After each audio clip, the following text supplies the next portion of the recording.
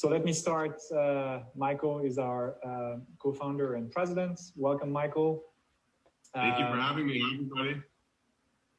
Obviously, with the in terms of the election, a lot of people have some key questions on their mind.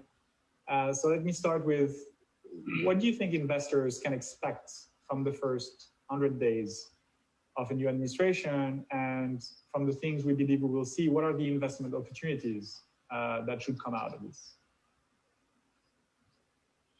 So, Sylvain, I feel that the first 100 days of the election are going to be interesting. I think it's going to be an opportunity for the American people and for the world at large to really see the difference between campaign talk and what we can really expect to come out of this new,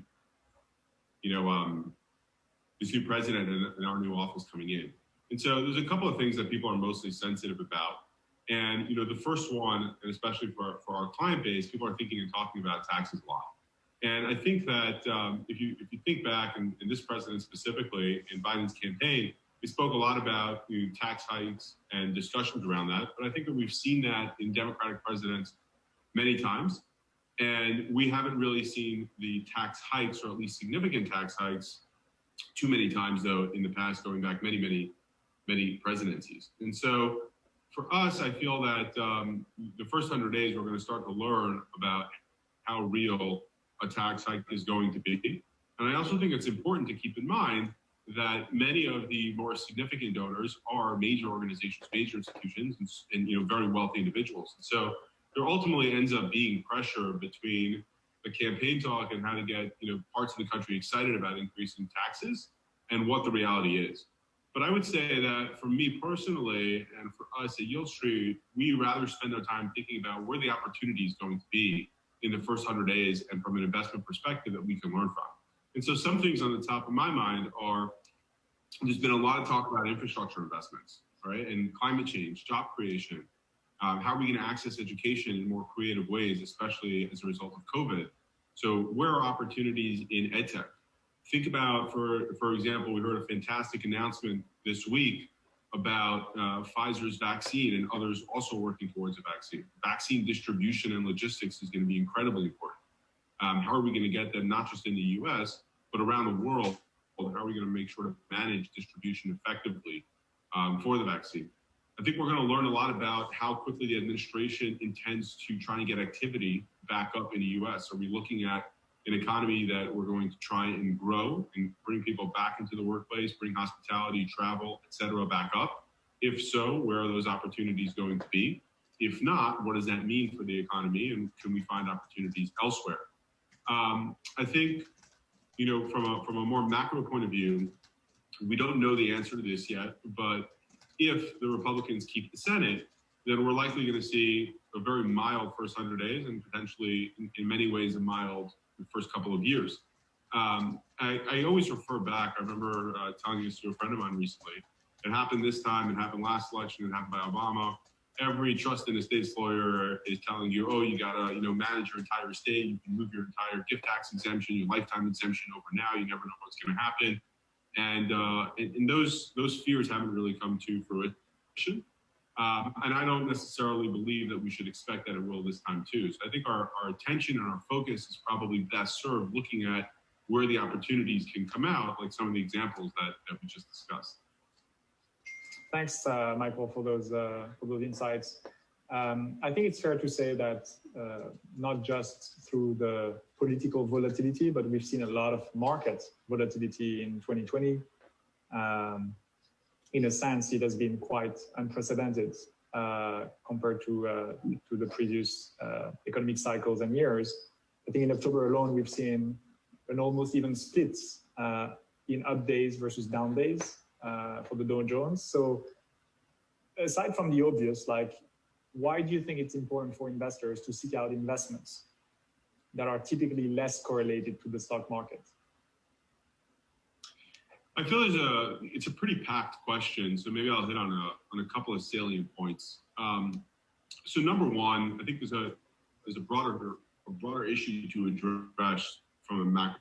I feel that listen, you think about the greatest investors from an institutional perspective, the largest organizations, they pay a tremendous amount of money to have some of the best talent in the world who are looking at managing those investments. And what you've seen consistently across the institutional world over the last decade is a stronger and stronger move into the institutional investment, into the alternative investment strategy. And naturally, retail is going to lag because we don't have that same expertise. But it seems and it appears that not just what we believe, but also consistent with what's happening in the market, more and more people are moving into the alternative sector. And you're seeing institutions move up as well. And so I believe that in the next 2 to 3 years, in my opinion, we're going to see about 30% of people's portfolios and upwards moving into alternatives. Now, why is that, right? What's behind that? So number one is I think the public markets don't offer investors what they used to. So if you think back, 15, 20, 30 years ago, so our parents or other people would find themselves investing in early or mid-stage companies and be able to benefit from that growth convexity as those companies become bigger and bigger. So you think Apple, you think Microsoft, and a whole host of other businesses. So today, there are less public companies that are of that ilk that are coming to market. And a lot of that has to do with how much private equity capital there is and how much venture capital there is, which are keeping companies private for a longer time, giving them more flexibility and more capabilities to grow and to scale without the needs of public markets. And what that means to investors is that we're not seeing the same opportunity, the same return profile or consistency of growth than what people were used to in the past by investing in the public markets. I also feel that the volatility in the market has more to do with macro and other issues, and maybe less to do with some things in our control. So for example, a particular stock that I've liked for a while is Caterpillar. I felt that Caterpillar has deep correlation to infrastructure, and both administrations, the Trump administration and the Biden administration, have committed to making significant investments in that space. But in one day alone, earlier this week, Caterpillar dropped 6% because it was unclear where a particular infrastructure bill was at a moment in time.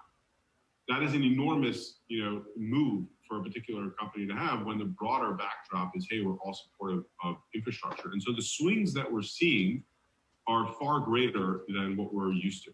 I think that brings us down to another discussion, which is what is the participation in alts today? Why is it moving up? And why wasn't there greater participation in alts for retail?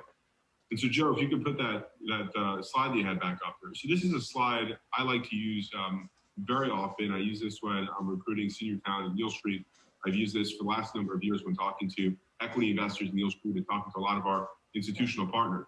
And what the chart is showing you here is the journey, the life cycle of an individual as it relates to their finances. So you have ages 18 to 80.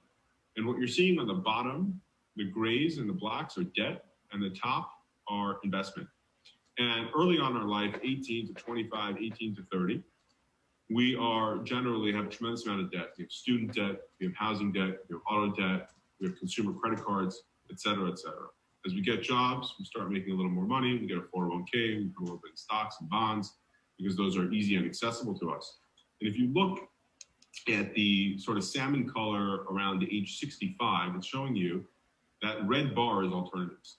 And at 65, that's where you're seeing about a 10% investment in alternatives. And the reason for that is that if you think about the alternatives market and the types of investments that are available to you in alts, they typically have historically required you to have significant minimums, long lockups, and they were not accessible, therefore, by a majority of people. If you weren't able to build enough wealth or financial stability, it was difficult for you to make those allocations to hedge funds or other areas. However, at Yieldstreet, with our technology, what's been most interesting is that for us, we've been able to leverage the masses to create quality financially, right? And what do I mean by that? We have 240,000 users on our platform.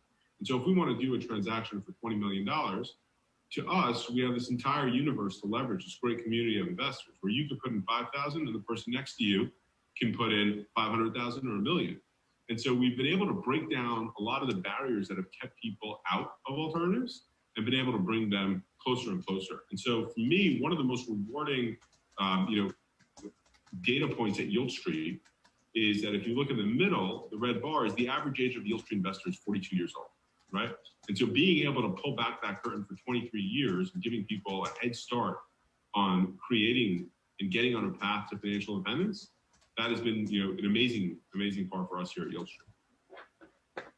Thanks, Michael, for sharing those insights, and I think it's pretty telling the journey we're on. Continuing down the path of maybe more behaviors, just want to dive quickly into what feels like the people's fear towards what's going on with the banks from an investor perspective. So in your opinion, Michael, what are banks currently doing that are maybe stoking or provoking investors' slightly erratic investing behavior? So listen, I think this is, first of all, it's my personal opinion here, right? But I feel that if you're a bank, right, I guess historically we should understand what's going on here in a broader context, okay? And so banks are preparing for different types of scenarios as it relates to COVID and figuring out how to manage their portfolio and how to manage their book.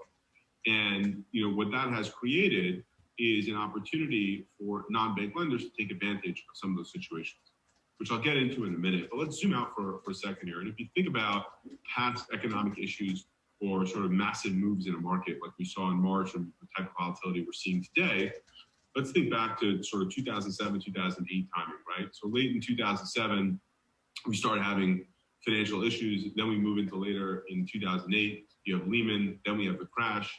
Then you have TALF and TARF where the government comes in with money. Then you have the banks sort of dumping all their assets, cleaning the books, a lot of that legislation that have come out. And then in 2009, you start having this big uptick. And so people, I feel, often have a little bit of a short-term memory and feel like, oh, the event happened and then we move on. But what was different about historical economic issues and this time around is I feel that in the past you had an event, okay? So we recognize that the financial system was upside down. Banks were pushing products that had major issues with them. We got our arms around it. The government brought in stimulus. We had to clean up shop. The banks were foreclosing. They took assets back. Investors bought those assets and the economy started rising again. And so there was a finite outcome where we understood what the problem was that we were facing as an economy and sort of globally, broadly. And we created the solutions and we worked towards the recovery. The problem here is that the solution is not a financial, the challenge is not a financial issue. The challenge is a health issue. And the health issue isn't over yet, right? And so the event may or may not have occurred. And so think about this. We passed 10 million COVID cases, okay? And on the same day, where we passed 10 million, so the first 1 million COVID cases was 99 days, okay? The last million COVID cases were less than 10 days. But the market is still soaring from the announcement of a Pfizer. So it shows you that there's inherent volatility. Even today, and I think it was last night here in New York, Governor Cuomo was talking about having a curfew after 10 o'clock and not even allowing people in their homes to get together with more than 10 people. And so the point that I'm making is it isn't yet clear to banks what the outcome of COVID is going to be. And therefore, as they're sitting there, they're not entirely sure of exactly where their next move is. What we haven't seen, what we haven't heard about is massive foreclosures, bankruptcies left and right, assets going on the street for dirt cheap. But if you look around, for example, hospitality in, let's say, in New York City, there are hotels that have been closed for 8 months. And so what's happening to those assets? Who's paying the bills? And there's been pressure from legislation and from government really not to push for foreclosures, not to clean up these assets. There's been a tremendous amount of money that has come in from the government to prop the system up and to keep it going. But because it's still very unclear, banks are not as inclined to do new issuance and new deals as they may have been pre-COVID. And what that means for us at Yieldstreet and for alts in general is that when the traditional sources of capital are not providing the money that they used to into the system, the non-bank lenders and alts really win. So by example, we recently sold out a transaction called supply chain financing. So supply chain financing, just high level, was a deal with a company that had $2 billion in revenue, $500 million in EBITDA. Now, that type of transaction is probably not something we would have seen a year ago because the markets were super competitive And banks were trying to come in to where sort of the top of the alternative clientele was. But now with banks not being as active and not being as willing to issue new credit, it gives us a tremendous amount of opportunity to increase pipeline, better quality, and better returns. And so for that reason alone, it's become a super interesting time where treasuries are very low, market volatility is super high. To be able to look at alternatives and get a little bit more consistency in your portfolio, it's really interesting investment opportunities. Thanks. I'm going to actually take one of the questions that came in, reading the question aloud. Aside from the obvious asset class levels impact of COVID, example, commercial real estate, what other winners and losers are you seeing or expecting in terms of other alternative asset classes? And you mentioned a few, Michael. So what other winners and losers? So it's an interesting perspective because, and maybe share the time horizon that you're thinking of, because it's hard to predict the future on that front. Sure. So I think it's a tricky question. I'll tell you why. I think some of the losers are potentially winners for us. What do I mean? Look at aviation, for example. Okay. If I said to you in 2 years or 3 years or 5 years, you pick your time frame, do you see more people traveling at that point in time than you see at the peak travel pre-COVID? And I think most people would say, yes, we've become global citizens. We travel, going places, seeing our family, doing business in that form is very much part of who we become in this generation. And so on the other hand, look at aviation at the depths of COVID, down 92% of commercial aviation. And so I think there's good assets, good business opportunities, distressed investors, or distressed sellers. And so one example is aviation. Another could be hospitality, restaurants, and people are still going to continue to go out and eat, whether it's 2022 or 2023. But I believe there's going to have to be significant change in hands. The capital structure is going to change. Someone who has 90% leverage on a portfolio of aircraft is going to have to dump that, or someone's going to have to recover from that. And so for us, what we're looking at is good fundamental strategies that we believe the assets are strong and good assets, but the sellers are distressed sellers. And that's where we believe there's real opportunity. So that's one. Two is private business credit. We're very long on the US consumer, but the traditional sources of capital, like we did in supply chain financing, like we're doing in motorcycle financing and other areas, the traditional sources of financing, because of what we spoke about a minute ago, aren't available. So that gives us an incredible opportunity. Think of single-family rental strategy. Yieldstreet launched its first single-family rental strategy. It was up to $100 million partnership in single-family rentals, which is effectively the ability to buy homes and then rent them out, or fix them up and then rent them out. That market has had a significant uptick as a result of COVID. People are moving out of high-rises, people are moving out of densely urban areas, especially with COVID and with the ability to work remotely and work efficiently remotely. People are looking for more space. And so we've seen a lot of opportunities, and that is a conversation in and of itself for an hour or two to talk about sort of where we're thinking about directionally investment opportunities across the board, where either we see specific opportunities as an outcome of COVID, or we see opportunities that have gotten severely hurt by COVID, which we can be the beneficiaries of. Yep. Switching gears and talking about a even more controversial topic, taxes. Looking ahead to the inauguration and post-inauguration in 2021, what are some of the potential tax implications that we can foresee for alternatives, or that investors should simply be aware of? So I think the easiest way to answer is utilize your IRA. People sit with IRAs for way too long. I'll give you one quick data point. We were doing a lot of research around the IRA business last year, specifically when we bought WealthFlex, right? And the idea behind it was, we know that a huge portion of our clientele, especially if you look at the average age being 42, is going to have a decent IRA.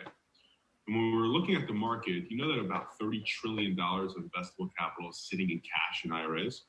People are underinvested in IRAs, and IRAs are able to be used in alternatives. And so if we're using a tax-deferred strategy to generate returns and hopefully generate passive income like we offer Yieldstreet or other alternative people, you're really enhancing your return profile and especially your ability to compound that over many, many years. So I can't underscore enough how important it is to think about your IRA as a really strategic investment vehicle. The second is, I would really say broadly, I know that there's a tremendous amount of talk about tax plan in certain states and cities, 62%, 60%. I could be wrong, but my humble opinion is that it's going to be a huge, huge lift to see something like that get passed. So maybe a better way to answer that is to say, we don't know yet, but we'll know pretty soon what happens with the Senate. If the Republicans are going to hold down the Senate, I don't see a material, change to the tax plan. I think it's going to be a lot of campaign talk versus realistically what can get moved. I think the best thing for us is going to be to have a real balance between the Democratic and the Republican Party, and so that could be interesting. And that's really how I'm thinking about it, especially over the next 2 years if the Republicans hold the Senate. Yeah, I'm going to play non-host for a brief minute because I know a lot of our existing investors watching this webinar are looking ahead to more product improvements in the tax section of our product. So we're going to do quite significant improvements in the first quarter. And I think the most visible will be to list all your investments with their current status and, being able to download if the doc is available, and otherwise the expected dates if it's not yet available.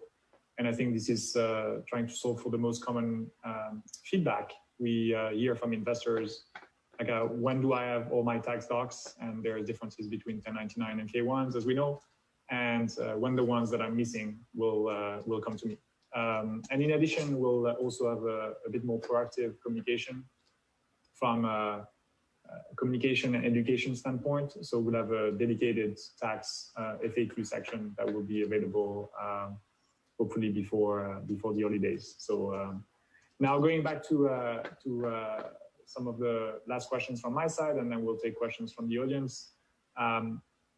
You've talked about with the graph that you showed around participation and awareness in alternatives being quite low early on. When we talk about starting investing and diversifying as early as possible, apart from the events from that past year and that general talk about diversification and starting to invest early, why else do you believe it's important to begin investing as early as you can, and also ensuring a proper level of diversification in general? I feel that, listen, for us, the mission here at Yieldstreet is how do we help millions of people get on the road to financial independence, right? And what does that really mean practically? I think the simplest way to answer that is if you can wake up every morning and pay your bills and never have to worry about it, that is a level of financial independence that many, many people aspire to achieve, but most really can't get there. And there's a whole even broader discussion around the dynamics that are different today than they were necessarily 20 or something years ago. For example, life expectancy is getting much longer, which is fantastic, but it also means that people who thought they had to save for 20 years should have saved for 30 years. And so there have been tons of studies where people talk about the idea that this generation and sort of, today's 40s and 50-year-olds and even younger are really going to have to step up and help kick up some money to support family and support parents, et cetera. And so if you really want to achieve financial independence and you want to be able to live as long as you can, healthy as you can, without having to work till you're 85, you got to get started early. And the power of compounding is incredible. I think the challenge for a lot of people is really not knowing where to invest and wanting to have better options than they think are available to them in the public markets. And so we spoke about why institutional investors and now retail investors are moving a greater and greater, part of their portfolio into alternatives.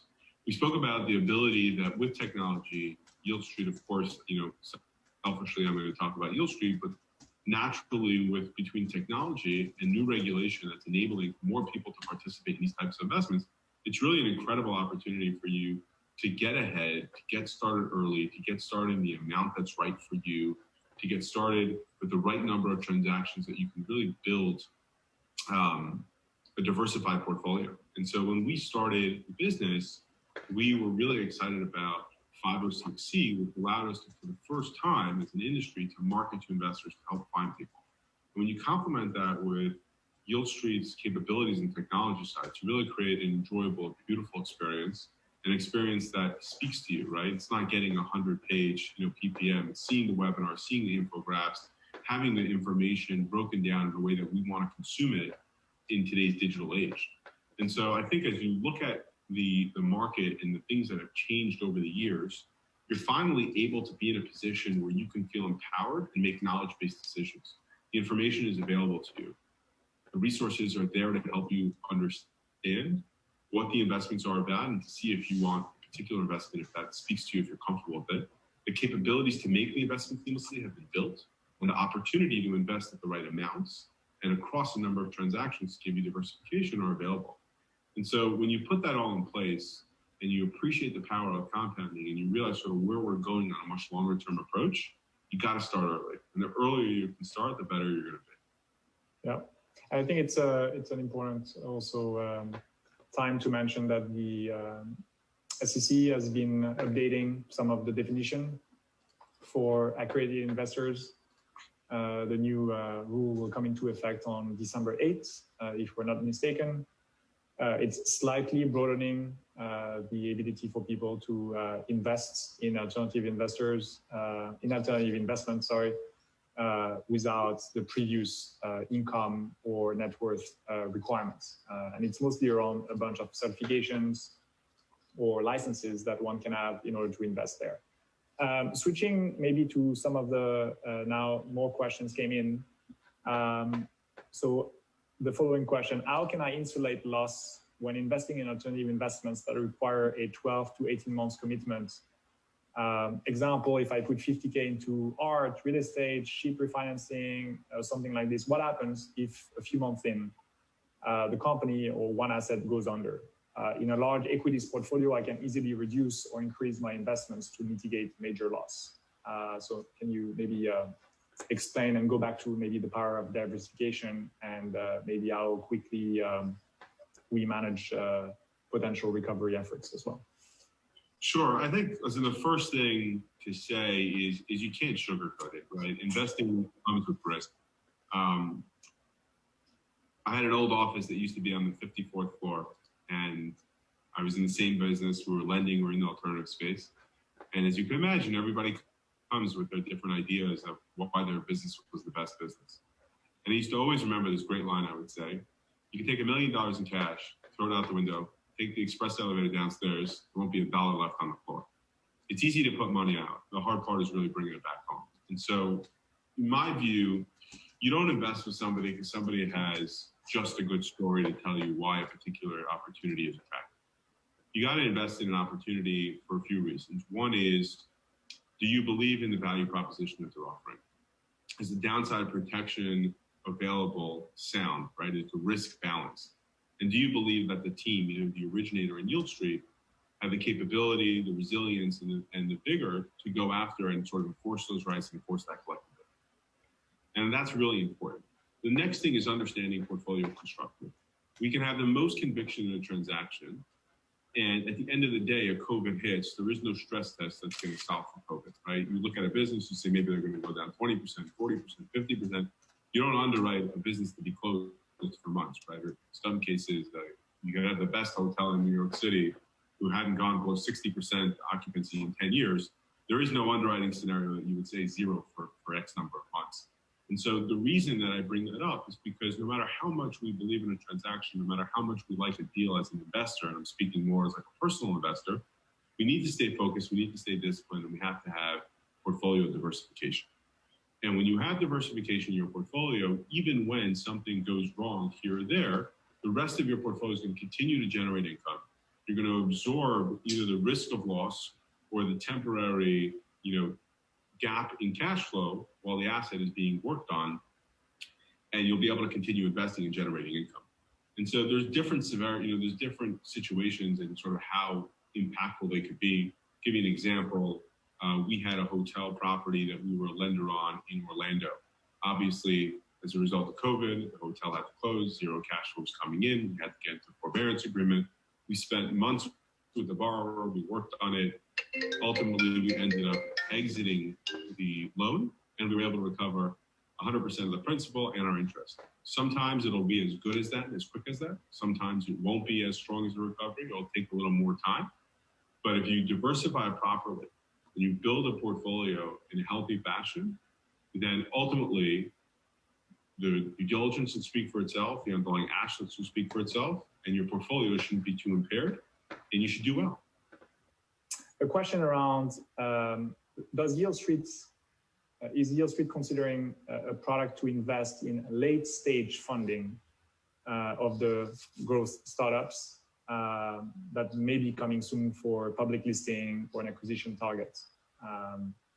Quite a specific question on an investment product. That's a very specific question. I will tell you, you're the first to hear it.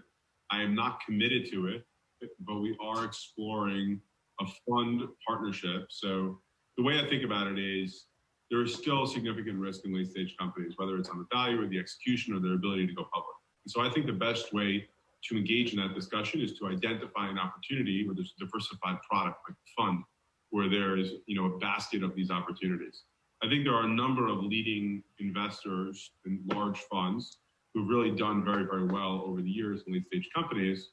And for us, as we continue on our journey to offer new products and to expand things like Prism, where we have diversified product, we have been looking at late stage companies and late stage portfolio to invest in, together with a proven manager and a significant manager. We haven't committed to it yet. It's not sort of officially on the product roadmap, but it's definitely something we're looking at. Thank you, Michael. What is your current thesis on active versus passive real estate investments? We don't have much more clarity on the meaning of active and passive in that regard. So your best guess, Michael, on that. My assumption is the question is, hey, should I, build buildings or buy my own buildings, or should I invest with other managers? It's a difficult question to answer. It depends if there's a particular area of market expertise that you have. It depends if you want to be the equity or the debt. What type of return profile are you looking for? So it's a very hard question. I think that to answer it from a very macro perspective, if you're in the business of being an active real estate investor, then you're betting on yourself and your expertise and whether you believe that you could do better than a particular investment product that's being offered to you. But if you're not, then I think it would be very difficult to sort of part-time invest significantly and really have the confidence versus a proven asset manager in a space with a great track record. I'm going to go with I think the last question that came in my way, at least so far. I've noticed that a few offers have seemed to take a bit longer to reach full participation. What do you attribute the slower uptake of this? And maybe it's a good time to also explain our investor base, all the work we've done to ensure that we have multiple deals always open on the platform. Michael. So I know it's sort of my show, but honestly, I think you're probably the best one to answer this. So I'm going to put you on the spot, Sylvain. It's on you. Yeah. So I think a few things we've, in the past, and for investors that have been with us for a few years, we used to have deals from time to time without necessarily a consistent cadence. And essentially, we've worked in the past year or so to really provide a much bigger and much more consistent supply. So you can achieve diversification by having multiple deals open always on the platform, and not just necessarily pick and choose the deals that used to come from time to time. We have the Prism Fund. Yeah. There was an example I used to give, and I remember Sylvain, we used to talk about it. From a customer satisfaction perspective, probably the most consistent point of frustration for our investors was the deals are selling too quickly, and there are never enough deals on the platform. And the example I always used to say was, it's like, going to Whole Foods, they have great product, high quality product, but imagine going there and every time the shelf is empty. And so Sylvain and the team have really worked, as he said, to try and build more consistency, more liability on the platform to give a store of product at all times, where you can go and understand sort of the relative opportunities on the platform and how do I build a healthy, diversified portfolio. We have short-term notes that is a kind of also consistent program in terms of availability. And you've seen, if you're familiar with the platform or logging in frequently or just receiving our emails, that we have a lot more offerings at different, obviously, duration and yields and risk levels. And our job is to make sure that we present curated offerings that then, fits your different investment preferences. So we're already making a lot of progress in understanding better your investment preferences, which you can always, input within the product itself to give you more opportunities and understand better what other opportunities you're looking for that we don't make currently available. So another question came in for me, it seems. What new product features are on the horizon, and how do you plan to continue to improve the user experience? I mean, I think this is, what we do every single day.